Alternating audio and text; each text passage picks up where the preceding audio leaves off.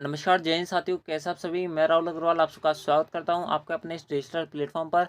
दोस्तों आज की क्लास आप सबके लिए यहाँ पर बहुत ज़्यादा खास होने वाली है, क्योंकि आज की इस क्लास के अंदर हम बात करने वाले हैं आरसीईटी की वो महत्वपूर्ण प्रश्न जो आपसे आरसीईटी के इस बार के एग्जाम के अंदर पूछा जा सकता है। तो बिना किसी तरीके वीडियो को स्टार्ट करता है। सबसे पहला जो क्वेश्चन है जो आपसे पर पूछा जा सकता है वो आपको अपने इसमें दिख रहा होगा। क्या बोला जा रहा है आपसे यहाँ पर? आपसे यहाँ पर बोला जा रहा है कि निम्नलिखित में से कौन सा कंप्यूटर सिस्टम के सीमा है, यानी कि बाउंडेशन है, वो आपसे यहाँ पर पूछी जा रही है। दोस्तों बात कर लेते हैं ऑप्शन की।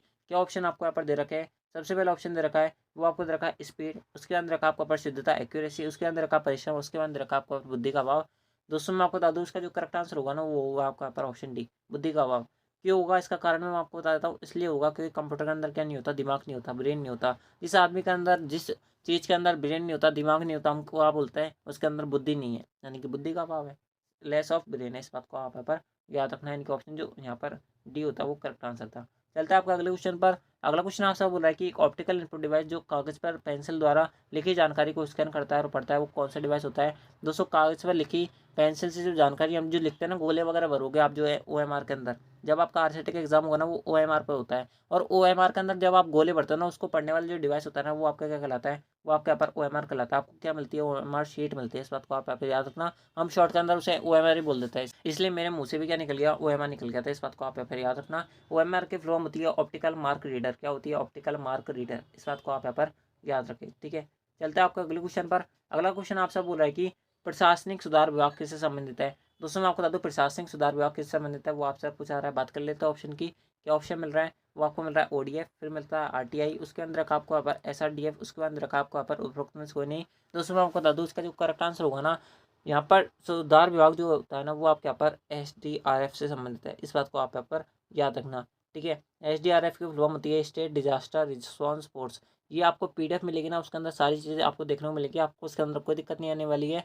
सारी चीज़ें आप सबके लिए बनाई गई है, सारी चीज़ें आप सबके लिए की गई है। तो दोस्तों आप जो इस वीडियो को लाइक करें, चैनल को सब्सक्राइब जो करें। एंड दोस्तों अगर आपने पहले वाले वीडियोस नहीं देखे तो उनको जरूर देखें। आप सबसे पहले इस क्लास को यहाँ पर पूरा करें, उसके अंदर उनको आप यहाँ पर देख सकते हो, ठीक है। चलता है आपका अगले क्वेश्चन पर। अगला क्वेश्चन आपसे बोल रहा है कि निम्नलिखित में से कौन सा operating system graphical user interface का उदाहरण नहीं है? यानी कि आपको बताना है कि ऐसा कौन सा आपका ऑपरेटिंग सिस्टम है जो GUI यानी कि ग्राफिकल यूजर इंटरफेस को क्या नहीं करता, सपोर्ट नहीं करता, वो आपसे पर पूछा रहा है। दोस्तों बात कर लेते हैं ऑप्शन की। क्या ऑप्शन मिल रहा है? वो आपको मिल रहा है विंडोज 8.1 इनकरेक्ट होगा, मैक ओएस इनकरेक्ट होगा, लिनक्स इनकरेक्ट होगा, यूनिक्स जो होगा वो करेक्ट आंसर होगा।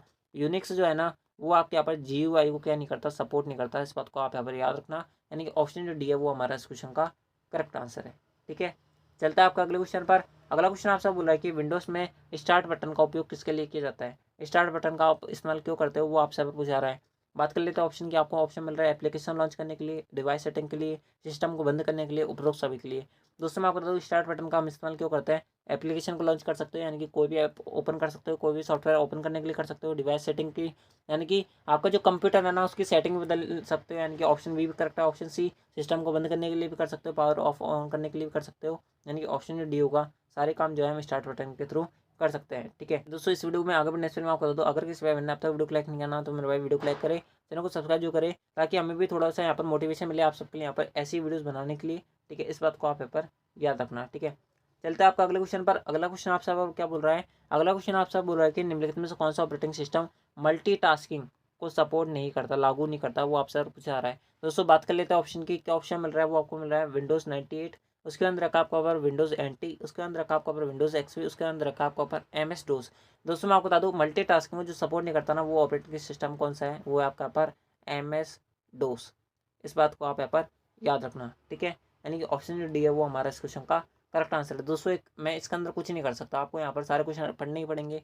हमें भी तो याद किए तो आपको भी याद हो जाएंगे। आपको सिंपली पढ़ते रहना, आपके सारे क्वेश्चन मिलेंगे आपको अपने पेपर के अंदर, इस बात की मेरी गारंटी है, ठीक है।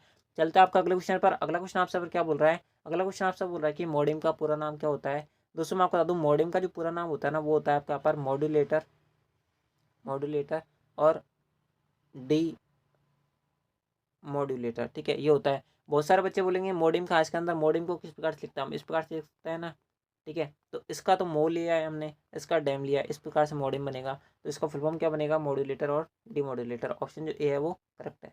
चलते हैं आपका अगले क्वेश्चन पर। अगला क्वेश्चन आपसे बोल रहा है कि WWW का पूरा नाम क्या होता है? दोस्तों मैं आपको बता दूं WWW का पूरा नाम क्या होता है। ये तो बिल्कुल बेसिक सा क्वेश्चन है, इसका आंसर होगा वर्ल्ड वाइड वेब। यानी कि ऑप्शन जो बी होगा ना, ऑप्शन जो बी वर्ल्ड वाइड वेब वो करेक्ट आंसर है, ठीक है। बिल्कुल बेसिक बेसिक से क्वेश्चन है, कुछ ही नहीं इन क्वेश्चन के अंदर।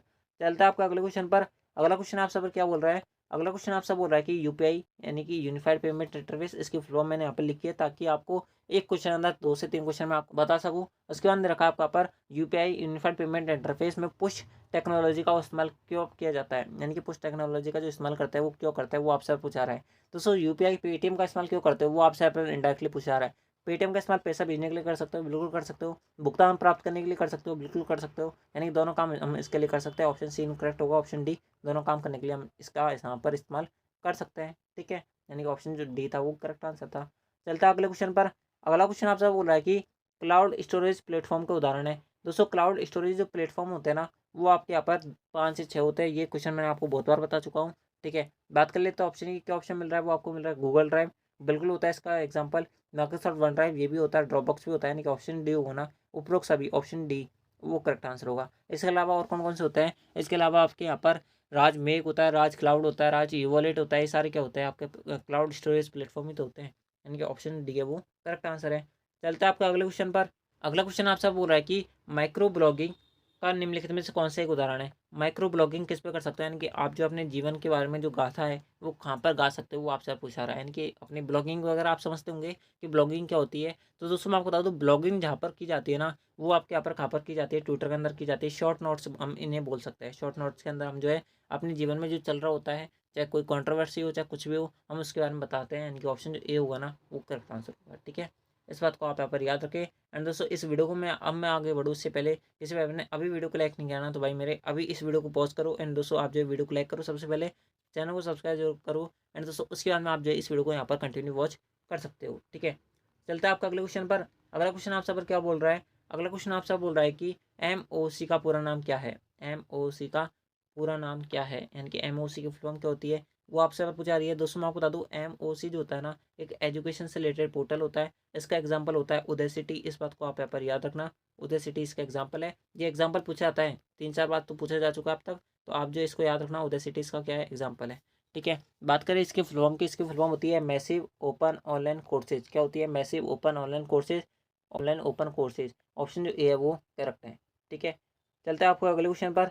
अगला क्वेश्चन आपसे आपको क्या बोल रहा है? अगला क्वेश्चन आपसे बोल रहा है कि नागरिक ऑनलाइन माध्यम से रोजगार के लिए कैसे पंजीकरण कर सकते हो, यानी कि आपसे आप पूछा जा रहा है कि आप जॉब के लिए कैसे अप्लाई कर सकते हो, वो आपसे पर पूछा रहा है। दोस्तों बात कर लेते हैं ऑप्शन की। क्या ऑप्शन मिल रहा है? वो आपको मिल रहा है ई मित्र पर जाकर बिल्कुल कर सकते हो। किस प्रकार से करोगे? ई मित्र पर जाकर आप जो है यहाँ पर गवर्नमेंट जॉब के लिए भी तो अप्लाई करते हो, इनडायरेक्टली करके आ रहे हो, जॉब के लिए अप्लाई तो कर रहे हो। यानी कि ऑप्शन ए इसके माध्यम से कर सकते हो। रोजगार विभाग की साइट पर जाकर कर सकते हो, यानी कि ऑप्शन जो सी होगा वो करेक्ट आंसर होगा। ए और बी दोनों माध्यम से हम जो है यहाँ पर रोजगार के लिए क्या कर सकते हैं? यहाँ पर पंजीकरण यानी कि रजिस्ट्रेशन करवा सकते हैं। अगला क्वेश्चन, SSO का पूरा नाम क्या है? SSO एक आईडी होती है जो किसी भी राजस्थान, जैसे अभी राजस्थान राज्य में हो आप, तो राजस्थान राज्य की जितनी भी गवर्नमेंट द्वारा जो वर्तमान में योजना चलाई जा रही है, उसके अंदर आप यहाँ पर एलिजिबल हो या नहीं हो, या फिर कोई भी योजना के अंदर आप जैसे किस प्रकार से पार्टिसिपेट कर सकते हो, कौन सी योजना वर्तमान में कार्यरत है, उनके बारे में बताया जाता है। इस बात को आप यहाँ पर याद रखना। सिंगल साइन ऑन इसका यहाँ पर फुल फॉर्म होता है, यानी कि ऑप्शन जो ए है वो हमारा इस क्वेश्चन का करेक्ट आंसर है। ठीक है, चलता है आपका अगले क्वेश्चन पर। अगला क्वेश्चन आपसे पर क्या बोल रहा है? अगला क्वेश्चन आपसे बोल रहा है कि राष्ट्रीय मतदाता सेवा पोर्टल में के संदर्भ में EPIC का क्या नाम होता है, यानी कि EPIC की फुल फॉर्म क्या होती है? ये बहुत ज़्यादा अच्छा क्वेश्चन है, इस बात को आप यहाँ पर याद रखना। EPIC क्या होता है? कुछ नहीं होता। EPIC इसकी फुल फॉर्म होती है इलेक्शन फोटो आइडेंटिफिकेशन कार्ड। क्या होती है? चुनाव फोटो पहचान पत्र, इसका फुल फॉर्म होती है। ऑप्शन जो बी होगा ना वो करेक्ट आंसर होगा। ऑप्शन सी नहीं होगा, ए और बी दोनों इसका इनकरेक्ट होगा। ऑप्शन जो बी है ना, चुनाव फोटो पहचान पत्र, वो इसका करेक्ट आंसर है। इस बात को आप यहाँ पर याद रखना। ठीक है, ऑप्शन जो बी है वो करेक्ट आंसर है। चलता है आपका अगले क्वेश्चन पर। अगला क्वेश्चन आपसे पर क्या बोल रहा है? अगला क्वेश्चन आपसे बोल रहा है कि TDS का पूरा नाम क्या होता है, यानी कि TDS की फुल फॉर्म क्या होती है, वो आपसे पूछा रही है। TDS की डायरेक्ट फुल फॉर्म आप यहाँ पर याद रखना। TDS की फुल फॉर्म होती है टेक्स्ट डिक्विटेड एट सोर्स। क्या होती है? टेक्स्ट डिक्विटेड एट सोर्स, यानी कि ऑप्शन सी होगा वो करेक्ट आंसर होगा। स्रोत पर कटौती। क्या होती है? हिंदी में बोले तो स्रोत पर कटौती, इसकी क्या होती है यहाँ पर फुल फॉर्म होती है। ठीक है, ऑप्शन जो सी है वो करेक्ट है। चलता है आपका अगले क्वेश्चन पर। अगला क्वेश्चन आपसे पर क्या बोल रहा है? अगला क्वेश्चन आपसे बोल रहा है कि निम्नलिखित में से किस अवसर पर राष्ट्रीय मतदाता सेवा पोर्टल की शुरुआत की गई थी? भाई मतदाता सेवा पोर्टल लॉन्च करना कब करेंगे? मतदाता दिवस पर करना चाहिए। ठीक है, मतदाता दिवस कब आता है? यहाँ पर 25 जनवरी को आता है हर साल। और 25 जनवरी में भी कब? 2015 को इसकी लॉन्चिंग की गई थी। यानी कि जनवरी 2015 को मतदाता दिवस में राष्ट्रीय मतदाता सेवा पोर्टल की गई थी, लॉन्चिंग की गई थी। यानी कि राष्ट्रीय मतदाता दिवस जो होगा वो करेक्ट आंसर होगा। ऑप्शन जो सी है वो करेक्ट आंसर है। ठीक है दोस्तों, मैं आपको फिर बता दूं कि अगर मेरे भाई किसी भी भाई ने अब तक वीडियो को लाइक नहीं किया ना, तो मेरे भाई वीडियो को लाइक जरूर करें, क्योंकि आप सबके लिए सारा कंटेंट हम फ्री में दे रहे हैं, सारा पेड कंटेंट है, इस बात को आप यहाँ पर याद रखना। लेकिन दोस्तों सारा कंटेंट हम आपको फ्री में दे रहे नहीं दे रहे, फ्री में नोट्स दे रहे हैं, फ्री में PDF दे रहे हैं, फ्री में वीडियो एज ए यहाँ पर टेस्ट के रूप में आपको यहाँ पर क्या करवा रहे हैं, प्रोवाइड करवा रहे हैं। उसके बाद में सारी आपको इमेजेस वगैरह सारी चीज़ें हम आपको दे रहे हैं। इससे ज़्यादा आपको क्या चाहिए फ्री के अंदर। अगर आप मार्केट के अंदर 40 रुपये वाली बुक भी लेके आओगे ना, तो वो जो आपका बुक बेचने वाला है दुकानदार, वो आपका गारंटेड नहीं देता कि आप पास होंगे नहीं होंगे। हम तो फिर भी आपको यहाँ पर 90% की गारंटी दे रहे हैं। तो दोस्तों आपका फर्ज नहीं बनता कि आप इस वीडियो को लाइक करें, चैनल को सब्सक्राइब करें, बिल्कुल बनता है। ठीक है, तो आपको इस काम को जरूर करना है। ठीक है, चलता है आपका अगले क्वेश्चन पर। अगला क्वेश्चन आपसे पर क्या बोल रहा है, अगला क्वेश्चन आपसे पर बोल रहा है कि जीपीएस का पूरा नाम क्या होता है, यानी कि जीपीएस की फुल फॉर्म क्या होती है, वो आपसे पर पूछा रही है। दोस्तों जीपीएस की फुल फॉर्म होती है ग्लोबल पोजीशन सिस्टम। क्या होती है, global position system. Option A दे रखा गूगल प्ले स्टोर, करेक्ट होगा। Global position system correct answer है। ठीक है, जियोग्राफिकल भी नहीं होती, ग्राफिकल भी नहीं होती, यानी कि ऑप्शन जो बी है वो करेक्ट आंसर है। ठीक है, चलता है आपका अगले क्वेश्चन पर। अगला क्वेश्चन आपसे बोल रहा है कि हॉटस्पॉट के लिए किस कनेक्टिविटी के लिए आवश्यक है, यानी कि अगर आपने अपने मोबाइल के अंदर हॉटस्पॉट खुला हुआ है, तो सामने वाले का मोबाइल कनेक्ट करने के लिए आप तो सामने वाले के मोबाइल के अंदर कौन सी चीज़ खुली होनी चाहिए, तब आपका हॉटस्पॉट उसके जाके यहाँ पर कनेक्ट होगा। दोस्तों मैं आपको बता दूँ, सामने वाले का क्या खुला होना चाहिए, वाईफाई खुला होना चाहिए। इससे ज़्यादा बेसिक क्वेश्चन हो सकता है कि कोई नहीं हो सकता। ऑप्शन जो ए है वो करेक्ट आंसर है। अब तो हर किसी को पता है इस क्वेश्चन के बारे में, क्योंकि हर घर में आजकल टच वाले मोबाइल है कि नहीं है, बिल्कुल है।